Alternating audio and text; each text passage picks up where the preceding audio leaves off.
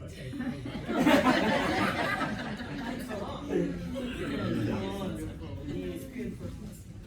I'm proud of you, son. That was good. Pretty good for self-taught. A lot better than I could do, I'll tell you that. He's doing great. I'm proud of him and stuff. But appreciate that, Bronson. Good job, buddy. Thank you. Isaiah chapter number 9.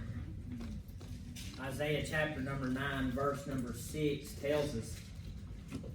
I love this verse. It says, "For unto us a child is born, unto us a son is given, and the government shall be upon his shoulder, and his name shall be called Wonderful, Counselor, the Mighty God, the Everlasting Father, the Prince of Peace." Notice the names it gave him there. Notice that. It said Wonderful, Counselor, the Mighty God, the Everlasting Father, and the Prince of Peace. Well, that's some amazing names, isn't it? And we could do a whole study on each one of those names if we wanted to, and go throughout the Word of God and stuff. But everything we could ever need, want, hope, desire is found right there. He's everything. Basically, in a roundabout way, it's telling us, hey, He is everything. He's your peace, He's your comfort, He's your everlasting life. He's everything. He's good. We serve a good, good Father. Over in Micah, over in Micah chapter number 5. Micah chapter number 5, still in the Old Testament here, and it says in verse number 2, it says, "But thou, Bethlehem Ephrathah, though thou be little among the thousands of Judah, yet out of thee shall he come forth unto me that is to be the ruler in Israel, whose goings forth have been from of old, from everlasting." It's telling us here exactly where his birth will take place. And I like how it says, although you be little, notice what it says there, not a big giant city, not the kingdom, not the palace, just a small little place called Bethlehem. Think about that for a minute. Where the sheep are in the field, the shepherds are keeping watch over them. Not much thought about it, not much economy there. Just a small little place. That was the birth of our Savior. That's something, isn't it? I like that. Bill, you come on this morning. You just follow the Lord this morning, whatever you've got. You and Jan both. Thank you.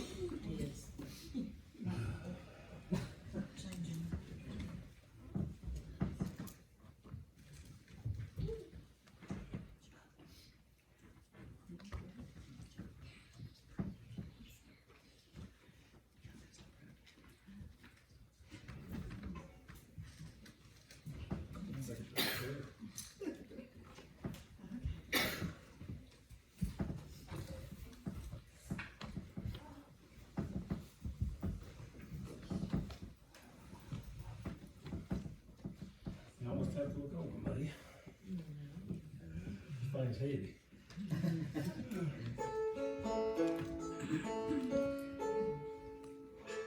We never have done this right, so No, everything I've practiced right here, I messed up, so let's see. I don't expect anything. Hard to follow that, you know.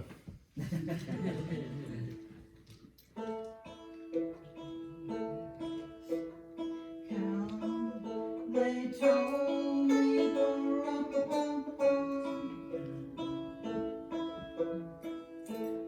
newborn king to see.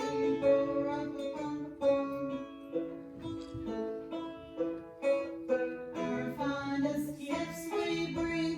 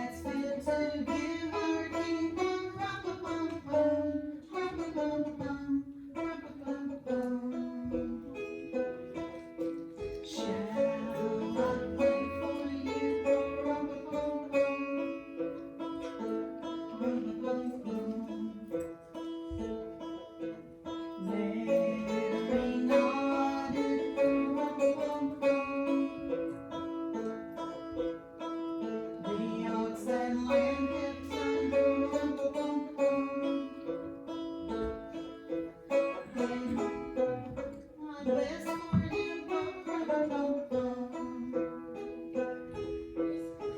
I played my best for him, bum, bum, bum, bum, bum, bum, bum, bum, bum, bum. And the smile at me, bum, bum, bum, bum. Me and my girl, me and my girl.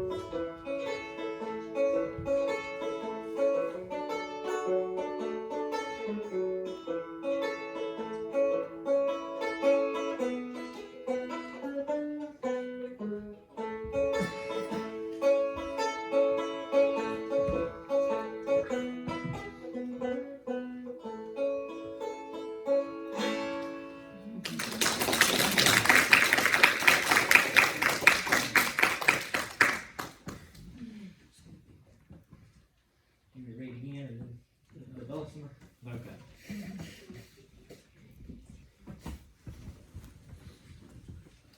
That was good, wasn't it? Yes. I appreciate that. I love the song "Little Drummer Boy." I do too. That's a beautiful song. That's I believe that's my dad's favorite song and stuff, and it's pretty. Got a good meaning behind it, and I appreciate y'all doing that song. Good job, and I like hearing that banjo. That's nice, isn't it? Yeah. We go over to the New Testament in the book of Matthew, Matthew chapter number 1. Matthew chapter number 1, starting in verse number 18. It says, "Now the birth of Jesus Christ was on this wise, when as his mother Mary was espoused to Joseph, before they came together, she was found with child of the Holy Ghost. Then Joseph, her husband, being a just man, and not willing to make her a public example, was minded to put her away privately. But while he thought on these things, behold, the angel of the Lord appeared unto him in a dream, saying, Joseph, thou son of David, fear not to take unto thee Mary thy wife, for that which is conceived in her is of the Holy Ghost. Yes. And she shall bring forth a son, and shall call his name Jesus. For he shall save his people from their sins. Yes. Now all this was done that it might be fulfilled, which was spoken of the Lord by the prophet saying, Behold, a virgin shall be with child, and shall bring forth a son, and they shall call his name Emmanuel, which being interpreted is God with us. Yes. Then Joseph, being raised from sleep, did as the angel of the Lord had bidden him, and took unto him his wife, and knew her not till she had brought forth her firstborn son, and he called his name Jesus. Matthew chapter number 1, these verses here, 18 through 25, show us that Isaiah's prophecy was fulfilled. Oh, yes. It was the fulfilling of something that was told hundreds of years earlier. Yes. The Bible's perfect in every way. Yes. The Old Testament complements the New complements the Old, and there's never a contradiction. No. And every prophecy of this Bible has been fulfilled except for one, and that's Jesus coming back again. Yes. Think about that for a minute. Every prophecy in the Bible has been fulfilled except one. The one that is left, I believe, is soon to come. Yes. Amen. Jesus came forth as a baby, a little over 2,000 years ago, in a manger, in a Yes. virgin born on a starry night in Bethlehem. Yes. But when he comes back, he'll be coming back as King of Kings and Lord of Lords. Amen. And people are going to know who he is. Yes. Whether they acknowledge him or not on this earth, one day they will bow. Yes. Everybody will bow. The Bible tells us that everybody will kneel. Everybody will confess him. Amen. He's coming back. But Matthew chapter 1 shows us Isaiah's prophecy was fulfilled. It came true. Bill, you come on.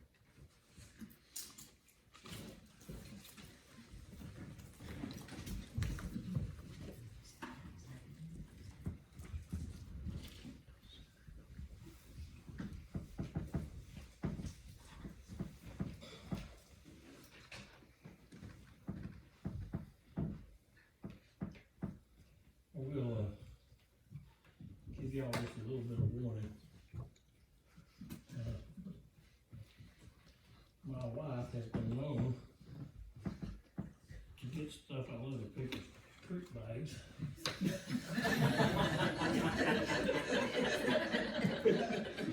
And she tells Fitz, cause she swears up and down she didn't do it, but there's nobody in the house but me and her. Well, I know it, but it's up on the counter, Bill. Money don't get up on the counter. So guard your tree bags. You've been warned. I'm very protective of my tree. I'll trade you an apple for the I won't. She don't pray. I'll pray. But what she seems to trade is something you don't want anyway. Can y'all hear about it? Those that don't know, this is a dulcimer. This one happens to be electrified. I do have acoustic, but it's a little hard to hear. They don't put out a four on stand. There's only 3 strings on this thing, so. Like I said earlier, there I've practiced and practiced and practiced, and I ain't never been able to play all the way through without messing up, so. Y'all just please overlook me. Maybe if I mess up, you still know what the song is. It ain't me, it's all about Jesus and all about God. This is, Christmas is, they materialized it to, I feel sorry for a lot of people. They don't even realize what it's all about.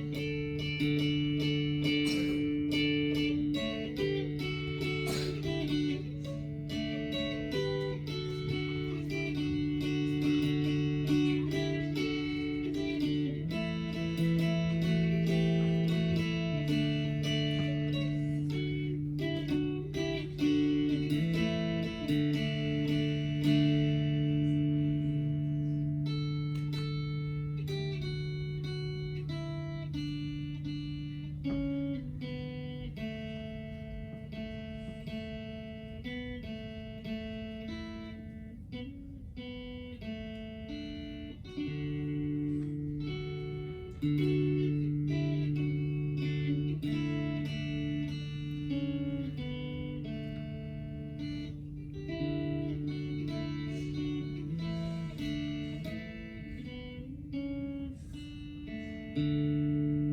y'all hear back there?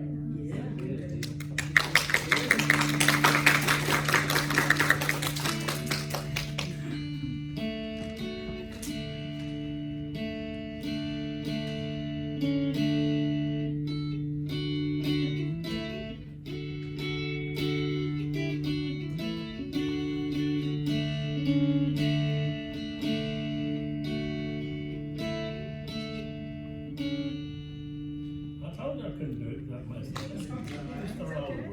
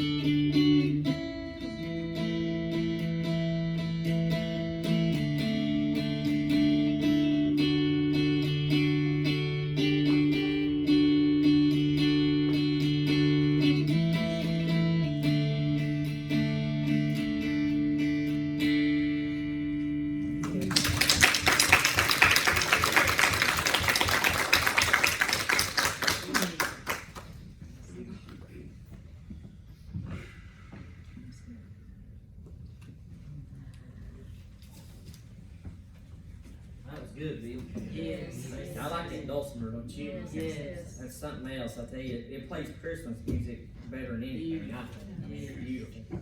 I appreciate you doing that, Bill. Thank you, James, for singing. I love that song. Anybody else want to play or sing this morning? Anybody else want to play or sing? Anybody can?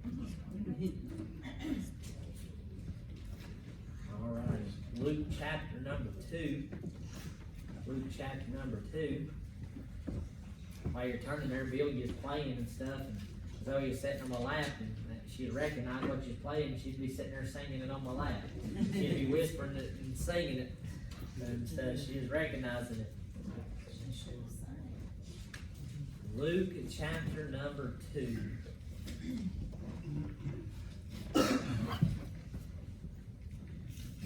Starts in verse number 1 of chapter 2. It says, "And it came to pass in those days, there went out a decree from Caesar Augustus that all the world should be taxed. And this taxing was first made when Cyrus was governor of Syria, and all went to be taxed, every one into his own city. And Joseph also went up from Galilee, out of the city of Nazareth, into Judea, unto the city of David, which is called Bethlehem, because he was of the house and lineage of David, to be taxed with Mary, his espoused wife, being great with child. And so it was that while they were there, the days were accomplished that she should be delivered. And she brought forth her firstborn son, and wrapped him in swaddling clothes, and laid him in a manger, because there was no room for them in the inn. And there were in the same country shepherds abiding in the field, keeping watch over their flock by night. And lo, the angel of the Lord came upon them, and the glory of the Lord had shone around about them, and they were sore afraid. And the angel said unto them, Fear not, for behold, I bring you good tidings of great joy, which shall be to all people. For unto you is born this day in the city of David a Savior, which is Christ the Lord. And this shall be a sign unto you, ye shall find the babe wrapped in swaddling clothes, lying in a manger. And suddenly there was with the angel a multitude of the heavenly host, praising God and saying, Glory to God in the highest, and on earth peace, goodwill toward men. And it came to pass, as the angels were gone away from them into heaven, the shepherds said one to another, Let us now go even unto Bethlehem, and see this thing which is come to pass, which the Lord hath made known unto us. And they came with haste, and found Mary and Joseph and the babe lying in a manger. And when they had seen it, they made known abroad the saying which was told them concerning this child. And all they that heard it wondered at those things which were told them by the shepherds. But Mary kept all these things and pondered them in her heart. And the shepherds returned, glorifying and praising God for all the things that they had heard and seen as it was told unto them. I love Luke chapter number 2 and the birth of Jesus. And I was reading this last night, and I got to thinking about the shepherds. And I got to asking questions. I wonder why Jesus was born at night. Why was the shepherds out there in the field at night, and angels came to them in the night, and all the stuff about night. And then I got to thinking about darkness. And you know, before Jesus came, before Jesus comes into our heart, into our life, we're living in darkness. The world was in darkness without Jesus. The shepherds were in the field at night. No doubt in those fields at nighttime watching over the flock and stuff, it would have been really dark. It would have been lonely out there. You know, separation from God is darkness. Yes. But God is the light. Yes, He is. Jesus came to be the light of the world. And I got to thinking about that. I thought, you know, those shepherds were out there. All this happened at nighttime. And our world was in pure darkness. Yes. The world separated from Christ is in pure darkness and living in sin. Yes. And if you die in that darkness, you'll go to hell. If you live in that sin, you'll go to hell. Yes. But if you come to Jesus, if you see the light, Yes. just like those shepherds, I love when they came to Jesus, when they left from seeing Him, what they do? They were praising God, Praising God. glorifying God, Yes. telling people what had happened to them. Isn't that a representation of our Christian life? Yes. Or at least it should be. If Jesus has done something for you, we should tell other people. Yes. We shouldn't be still living in the darkness. No. We shouldn't still be wandering out in the fields of darkness. Why? Because we've seen the light. Yes. Listen, Jesus came into this world to be the light of the world. Yes. And when we're saved, guess what? That light is extended to you and me. And the Bible tells us not to hide our light. No. It's about the candlesticks. Yes. And that's not to hide it. Don't put it under a bushel. Don't keep it away. Listen, I'm thankful that we can know without a shadow of a doubt Jesus came. Yes. The scriptures were fulfilled. The prophecies were fulfilled. And it doesn't stop here. He lived a perfect life. Yes. And He went and shed every drop of blood He had on Calvary for you and for me. Yes, it is. This baby that we talk about at Christmas, this baby that was born, that was wrapped in swaddling clothes, its sole purpose of being born was to die. It was the ultimate sacrifice for you and for me. It's the only thing that could fix our sin problem. Yes.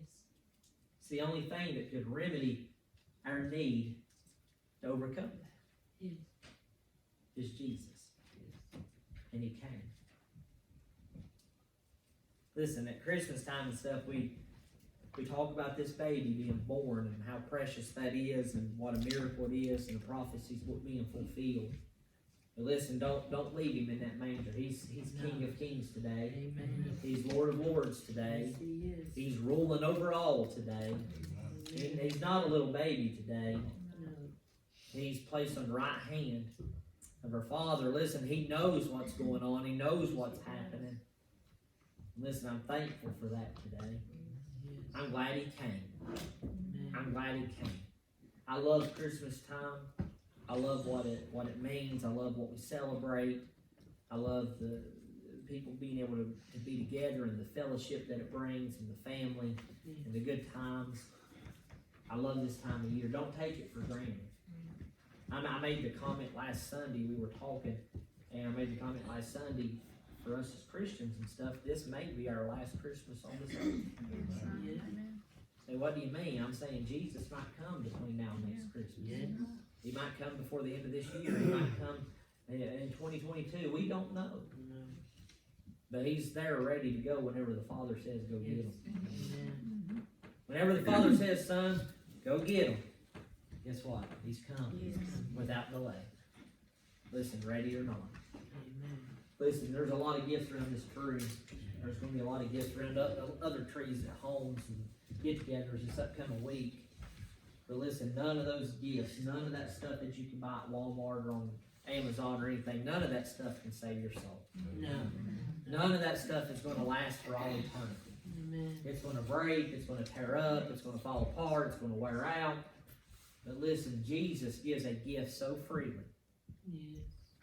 He wants to save your soul, and it costs us absolutely nothing. All He tells us to do is to believe, to humble ourselves, to confess that we're a sinner. It doesn't cost us anything, but it cost Him everything. It cost His only Son. It cost His only Son. It cost His Son. But it doesn't cost us anything. Yes. Listen, this morning, if you're not saved or if you don't know that you're saved, the best gift that you could get this Christmas is salvation. Yes. Why? Because it never expires. It never runs out. It never runs dry. It will Amen. never tear up and break on you. It's a gift that will last for all eternity. Amen. It will last for all eternity. And this morning, if you bow your heads for just a moment, just in the quietness of the church this morning, before we get to anything else.